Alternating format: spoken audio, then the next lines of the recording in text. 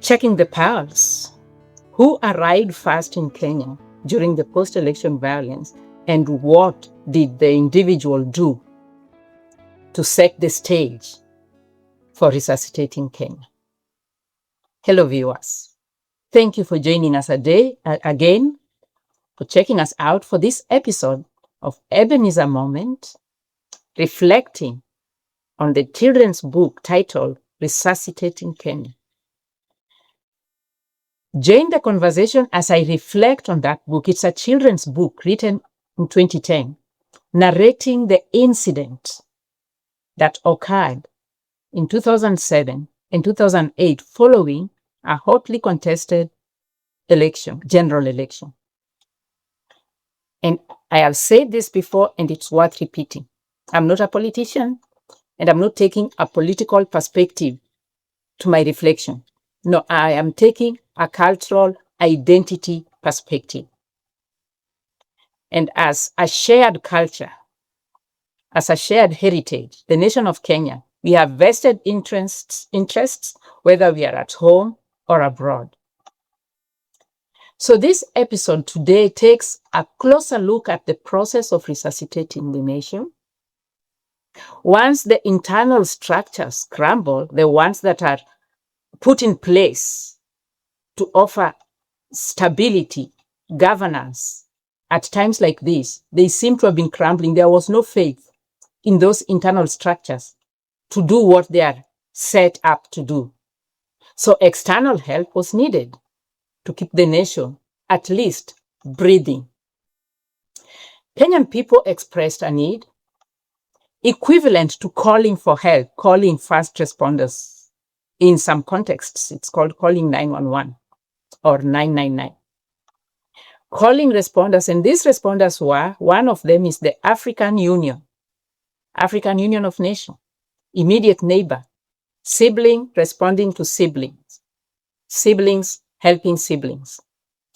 So the first to respond was a well-known bishop from one of the African countries. He did what anybody would do in an emergency situation. Check the pulse. Is this nation still breathing? Is there a pulse? So what does checking the pulse do in an emergency situation? It's assessing the need to determine the relevant help. What is needed right now? What is the state of this individual? What is the state of this nation? And what does it need to get back to something as close to normalcy as possible?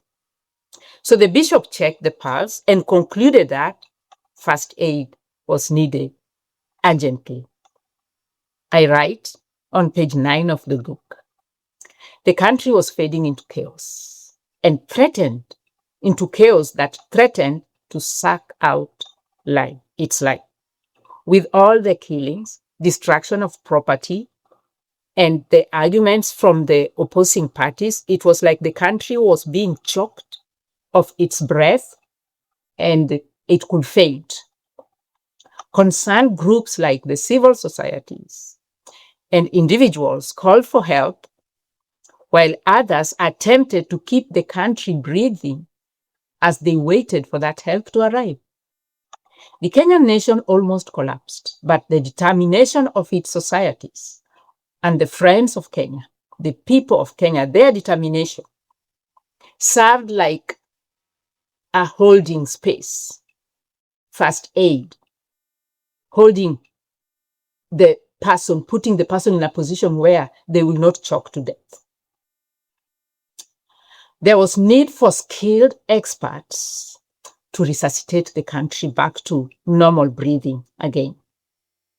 The United Nations sent its team of experts who were like paramedics that perform CPR and sustain the fainting individual to await full treatment.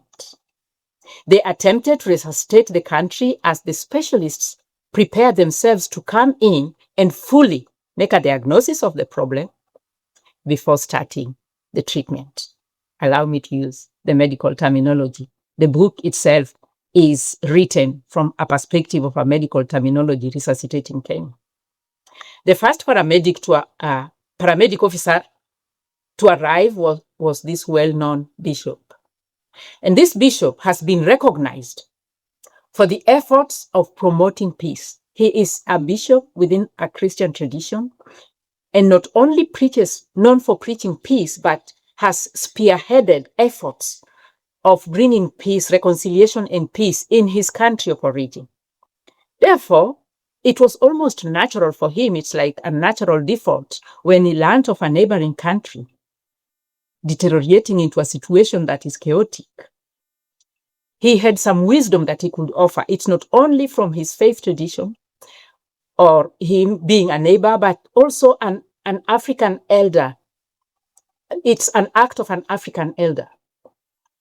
Traditionally, pre-modern period, it took when there was squabbles or quarrels within a homestead, within a village. The society was a self-sustaining, self-healing society. A neighbor would come in. They would not wait to be called. It was just a matter of they have heard something or witnessed something. They were welcome to come in and ask, what is happening and how can I help? So this bishop was wearing double roles, like the heart of a bishop, preaching peace from his faith practice, faith tradition, but also wearing the heart of an African elder, one who can command respect, who can command attention. He did a good job, but the two sides were still too angry and too way apart from each other to come together and start talking, because that was a necessary step. Dialogue was a necessary step, but they were still very much apart in their perspectives, in their perceptions of the problem and what the solutions should be. So what he did was similar to checking the pulse. Thankfully, he said, yes, the nation is still breathing. There is hope. There is life. The country was still breathing. However, immediate CPR was needed. Specialists were needed. So the bishop, who is like a big brother, an elder, he did the necessary. After checking and assessing, he relayed the message back to the other leaders, the other siblings, the African Union, saying there was hope, the nation is still bleeding, but help is needed right away. So what happened next? Who responded and how? Join me in the next episode as I introduce the next paramedics to arrive and their role. The next paramedics who arrived and the role they played in this process of resuscitating Kenya.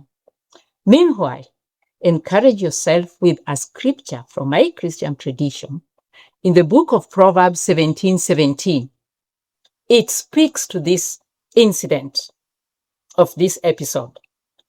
It reads, a friend loves at all times, and a brother is born for a time of adversity. A friend loves at all times. It's great to have friends all over the world, internationally, the global village. But a brother, an elder, an next-door sibling, is born for a time of adversity, and that was the time that the nation needed a brother, a sibling, an elder who can come in and speak to the situation, because he can see from his objective perspective, he can see both sides clearly, what the parties are not seeing, and speak, command their attention. Thank you for checking us out. As always, we welcome your feedback. We welcome your comments, your insight, and join the conversation. It's our country, our shared heritage, our shared identity. On behalf of the Ebenezer team, thank you for watching. Thank you for tuning in. Till next time, wishing you a gentle week. Ebenezer.